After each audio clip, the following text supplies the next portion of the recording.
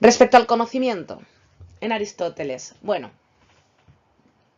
eh, tenemos que plantear varias ideas. Primero, Aristóteles va a ser uno de los pocos filósofos importantes frente a Platón que va a defender que el conocimiento empieza por la experiencia. Es decir, los sentidos, experiencia, es la base del conocimiento. Sin ella no existe conocimiento. ¿De acuerdo? Pero distingue claramente entre la parte que es, digamos, la visión del órgano, por ejemplo, de lo que sería el ojo, de lo que hace mi mente. Es decir, una cosa es el órgano, la piel, el ojo, las papilas gustativas de la lengua o el olfato, o sea, lo que es la nariz. Y otra cosa es cómo interpreta mi mente eso que perciben mis sentidos. De tal manera que esta idea tan moderna de separación de lo que serían los órganos sensoriales, de lo que sería el aspecto más mental, y que se acerca bastante al concepto de psicológico, ¿no? Es muy moderno para su época. Y por eso Aristóteles dirá que el ojo no me engaña. Lo que me engaña es mi mente a la hora de interpretar la información que le da el ojo. O la información que le da el oído, o sea, la oreja, el oído, sí. O el olfato, o lo que sería la lengua, etc. Pero mis órganos en sí no me engañan. ¿De acuerdo? Sino mi mente. Mi mente es la que puede equivocarse. Y una vez que hemos plasmado el concepto de la sensación o la experiencia, de ahí vamos a ir saltando a lo que va a ser el entendimiento. Es decir, lo primero que aparece en mi mente una vez que se me presenta el objeto es una representación de ese objeto, que normalmente es una especie de, no sé cómo decirlo, de imagen, ¿no? Que nos vamos montando, cada uno monta la suya, y que esa imagen mental es la que va a proporcionarnos, según Aristóteles, el entendimiento paciente. ¿De acuerdo? Si queremos ir más allá de esa imagen mental y queremos llegar a la idea o a la estructura, ya es necesario que echemos manos del entendimiento agente. Es decir, el entendimiento paciente sería aquel que me muestra la imagen mental si yo digo, no sé, tarta, ¿no? E inmediatamente a mi mente, ¿verdad?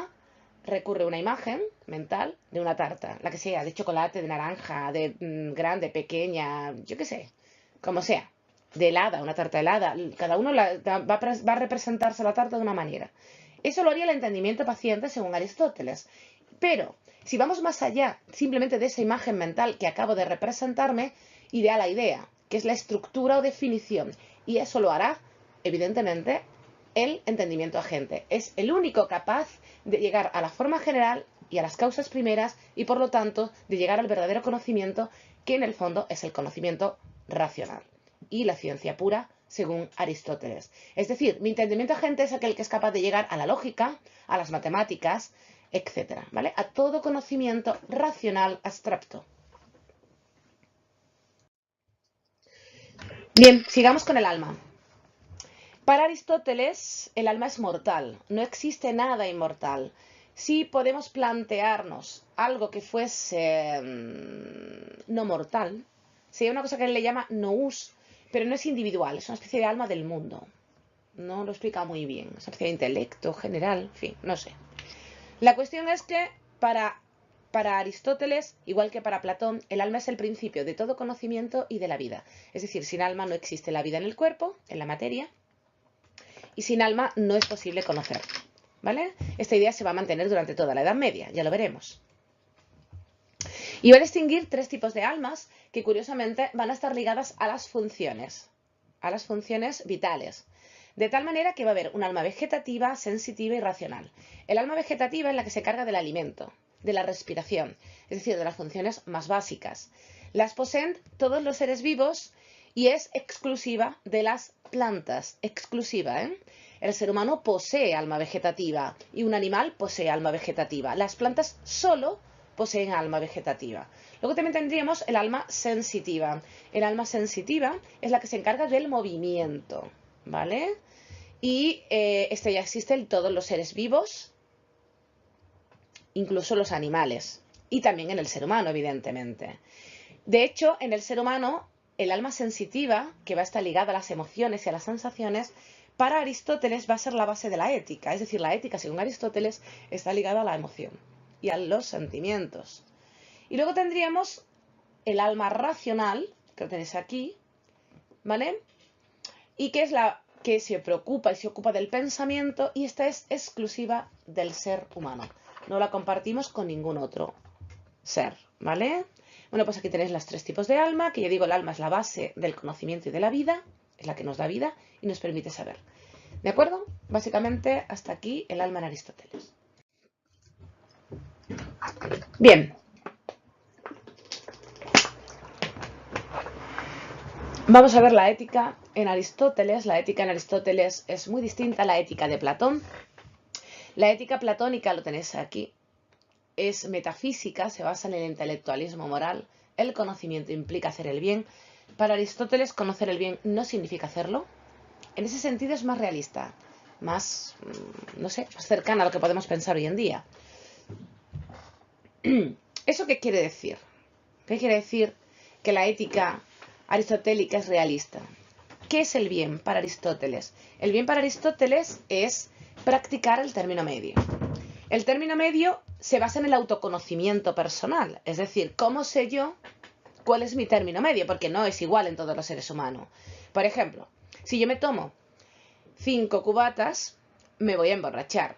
Si me tomo 3 cubatas, seguiré emborrachándome.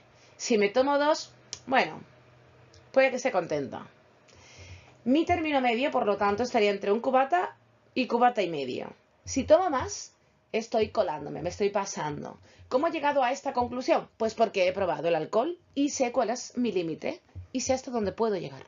Y así con todo. Es decir, viviendo, actuando, con la práctica, es como yo puedo saber hasta dónde llego y hasta dónde no puedo llegar. Mi vida me va diciendo cuál es mi término medio y qué es lo más aconsejable para mí.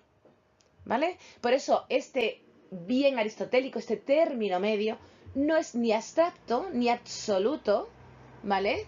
Y está en potencia porque no lo conozco hasta que no estoy viviendo, hasta que no estoy practicando, ¿de acuerdo?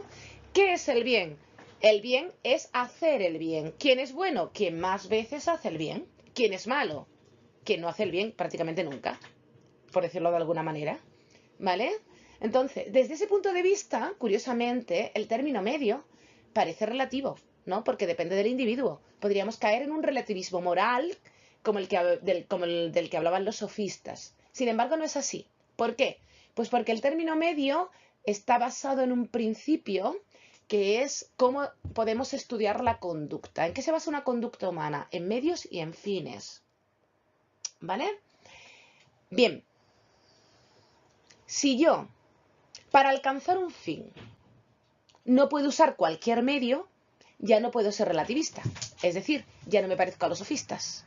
Es decir, si mi fin es aprobar el examen, pero no puedo usar cualquier medio como copiarme, evidentemente ya no estoy cayendo en el relativismo. Es así como supera el relativismo, como supera el individualismo Aristóteles, ¿vale? Con el hecho de que no de cualquier manera puedo conseguir aquello que quiero, ¿de acuerdo? Debo seguir unos márgenes, unos límites. Esos límites normalmente están en la base de no hacer daño, ¿no? A nivel social, ¿no? Bien, pero la ética aristotélica no se queda solo aquí. Para poder llegar a la felicidad, Aristóteles defiende que es necesario tener las necesidades básicas cubiertas, es decir, tener un sitio donde dormir, tener más o menos una seguridad económica, ¿no? Si no, no se puede ni siquiera plantear uno la ética. Y además es preciso, según Aristóteles, ser hombre, ser libre y ser ciudadano, ¿vale? O sea, si no tienes opción a participar en la política, es imposible que el individuo sea feliz. Es curioso, en el helenismo esto se va a revertir. En la época helenística, el hombre pretende ser feliz obviando la política, porque al fin y al cabo ya sabéis que en la época helenística el individuo ya no tiene poder de decisión política. Sin embargo, en Aristóteles, para ser feliz, tienes que poder influir, decidir políticamente. Si no, por mucho que se quiera, ese hombre no es libre, no no es un ciudadano y por lo tanto no es feliz ni puede serlo. Bueno, solo me queda hablar de las virtudes. Según Aristóteles existen virtudes dianoéticas y éticas, ¿vale? Las virtudes dianoéticas, pues tendríamos la prudencia y la sabiduría, las tenéis aquí, ¿vale? Ya sabéis que la prudencia es saber qué hacer en el momento oportuno, cosa muy compleja, y es necesario el intelecto y el conocimiento de todos los aspectos de la realidad, cosa que es imposible. En todo caso, será Dios quien pueda saber todos esos aspectos y a todas las influencias y todas las consecuencias de un acto. Pero bueno, digamos que sí, un poco lo que significa ser prudente. Y luego estaría la sabiduría, que es propia de los dioses, evidentemente, que son los que lo saben todo. Por ahora Aristóteles a nivel de prudencia se conforma con conocerse a uno mismo, ¿vale? Para por lo menos dominar la parte que tenga que ver conmigo, aunque no pueda dominar la parte exterior completamente, ¿no? Todo el conocimiento de mi acción, ¿no? Todas las consecuencias de lo que hago. Por lo menos saber hasta dónde puedo llegar yo como individuo en esa práctica del término medio que está basado en un autoconocimiento. Y luego tendríamos dentro de la ética, ¿no? Que se basa, como sabéis, en los deseos y en el alma sensitiva, ¿vale? Y que sería, por lo tanto, quizás más ligada pues a la templanza, a la fortaleza, a la valentía, etcétera, ¿vale? Que son las otras virtudes que tendríamos que poner en este lado, ¿no? En las virtudes éticas. Bien, pues hasta ahí la ética aristotélica, espero que lo hayáis entendido. Voy a terminar Aristóteles con la política. El concepto de polis, de política, tiene que ver con el concepto de ciudadanía y por tanto de sociedad. Según Aristóteles, el hombre es un animal político, es decir, es un ser que tiene que vivir con otros individuos. Y esto se debe al hecho de que posee un logos, es decir, posee una palabra, un lenguaje. Y el lenguaje es para que se pueda desarrollar, es necesario que se dé en la sociedad. Entonces, desde ese punto de vista, para que uno pueda conocerse a uno mismo, ya vimos la ética, ¿verdad? Y para que realmente sea posible humanizarse, es necesario hablar, tener capacidad de razón, ¿no? Somos animales racionales. Para ser racionales necesitamos logos, necesitamos lenguaje. Y para adquirir lenguaje necesito de la sociedad. Básicamente ese es el concepto de animal político del que habla Aristóteles. Luego tendríamos, por otro lado, el concepto del estado justo aristotélico, que es muy curioso porque está basado en tres pilares fundamentales. Uno es la proporcionalidad, otro es la equidad y otro es una necesidad de una serie de leyes, ¿vale? Que como bien sabemos, estas leyes son creadas por un legislador que debe estar formado, que debe estar educado. Ese legislador no puede estar vigilado o no va a ser vigilado. Muy peligroso, hoy en día eso jamás se podría aceptar, ¿vale? Ese legislador vamos a tener que confiar en su buena voluntad y su buen hacer, según Aristóteles, básicamente, ¿eh? En este sentido, Aristóteles coincide en este aspecto con Platón, ¿vale? Esas leyes que le vamos a deber a ese legislador tienen un defecto, y es que, como sabéis, son generales. Una ley general nunca podrá ser justa. ¿Por qué? Porque siempre va a obviar casos particulares y concretos y, por lo tanto, va a obviar lo que sería la equidad. ¿Qué es la equidad? Tratar cada caso de manera específica, ¿vale? No de manera general, para poder ser más justos. Más o menos lo que pasa en un juicio, ¿no? El juez decide de manera particular sobre un aspecto concreto, sobre una situación concreta de una serie de individuos. No se decide de manera general, ¿vale? Sino de manera concreta y particular. Por otro lado estaría la proporcionalidad, es decir, que sería la distribución igualitaria de justicia de los bienes del Estado. Esto es factible si más o menos todo el mundo pues vive relativamente bien en el Estado, ¿no? Todos los ciudadanos viven relativamente bien. Y para conseguir esa proporcionalidad, ese reparto justo de bienes del Estado, es fundamental, según Aristóteles, la educación. Y a Aristóteles no le tiembla la mano ante los correctivos, ¿vale? Es decir, no le importa que haya que castigar. De hecho, piensa que sin castigo es imposible conseguir que la sociedad admita unas leyes y unos principios y se rija por ellos. Educación y castigo. Bien, pues hasta aquí Aristóteles.